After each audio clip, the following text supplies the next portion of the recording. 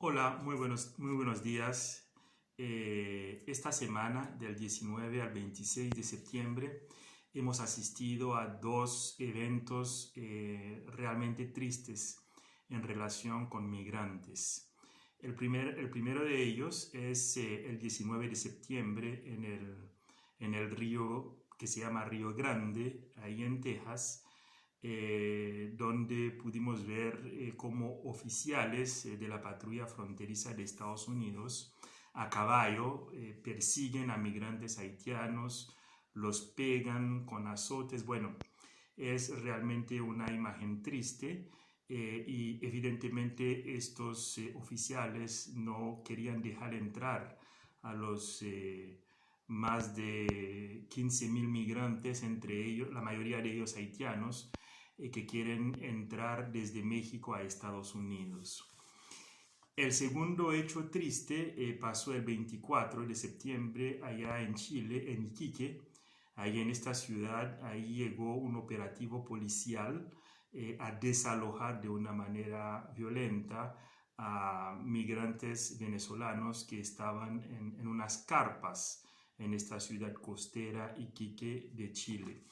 Y evidentemente el día siguiente, el sábado 25 de septiembre, ya que había tantos venezolanos en esta pequeña ciudad, había como más de 3.000 venezolanos y pues algunos chilenos organizaron una manifestación bastante grande y algunos de ellos se dieron la libertad de quemar las carpas, los colchones, las cobijas, etcétera, de los venezolanos. Realmente son dos eventos muy tristes que nos hablan de dos migraciones que están atormentando este continente americano.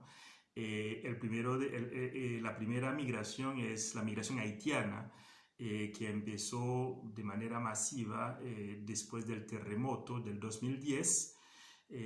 Hay alrededor de 500.000 migrantes haitianos eh, que, que, han llegado a Chile, cerca de 200.000, a Brasil, cerca de 100.000, y muchos de ellos han salido de Brasil y Chile hacia Estados Unidos, haciendo este periplo para llegar a Estados Unidos. Bueno, y la otra migración es la migración venezolana, que empezó hace tiempo, pero empezó más fuerte en 2015, en 2016. En este momento hay más de 5.700.000 migrantes venezolanos en el mundo. Es decir, son dos grandes migraciones. Bueno, eso nos lleva también a reflexionar sobre los países de origen. Por ejemplo, Haití. Hay una crisis política fuerte. O sea, Haití tuvo el terremoto de 2010, pero al mismo tiempo se agudizó la corrupción, se agudizó ahí la crisis política entre facciones políticas en Haití. Y ahí juega un papel fundamental la comunidad internacional y en particular los Estados Unidos en mantener esta situación de esta forma. Lo mismo en Venezuela. En Venezuela, con Chávez, pero sobre todo con Maduro, este país está enfrentando una crisis política fuerte y desde luego los Estados Unidos tienen un papel muy importante ahí. Pero en los dos países lo que vemos es la incapacidad de los mecanismos regionales, como lo son en particular la OEA, pero también la ONU, para tratar de ayudar a solucionar esos problemas. Y mucha gente dice que pareciera que la OEA lo que hace más que solucionar esos problemas es volverlos más complicados, más difíciles, complejizarlos. Bueno, entonces la crisis en esos dos países de origen de estos migrantes, desde luego la responsabilidad la tienen los haitianos y los venezolanos respectivamente, pero son crisis geopolíticas Y en ese sentido juega un papel fundamental también los otros países de la región y en concreto los Estados Unidos, que son actores directos, fundamentales de estas crisis. Lo mismo en Afganistán y en Irak, donde Estados Unidos también tiene un papel muy fuerte en la crisis en esos países y desde luego en la migración que es resultado de esta crisis. Un segundo elemento importante es el tema de la política migratoria. Creo que mucha gente se pregunta, pero si no está Trump, ¿por qué sigue esta manera tan horrible de los Estados Unidos de tratar a los migrantes? Pues eso es lo que está mostrando esta situación de los haitianos, es que la política migratoria no es solamente, en Estados Unidos en concreto, no es solamente de un presidente, de una administración, es de todo un sistema. Es decir, la política migratoria, por supuesto que la administración puede cambiar cosas ahí, pero tiene que ver con el estatuto, tiene que ver con el sistema político estatal de Estados Unidos. Y también ahí podemos ver varias contradicciones. Por ejemplo, la Casa Blanca ya está diciendo no estamos de acuerdo, estamos indignados con esta manera como los agentes están tratando a los migrantes. Entonces, ya vemos, ¿no? Esta aparente, ¿no? Contradicción entre el centro y Texas, ¿no? En este caso. Y lo mismo en Chile.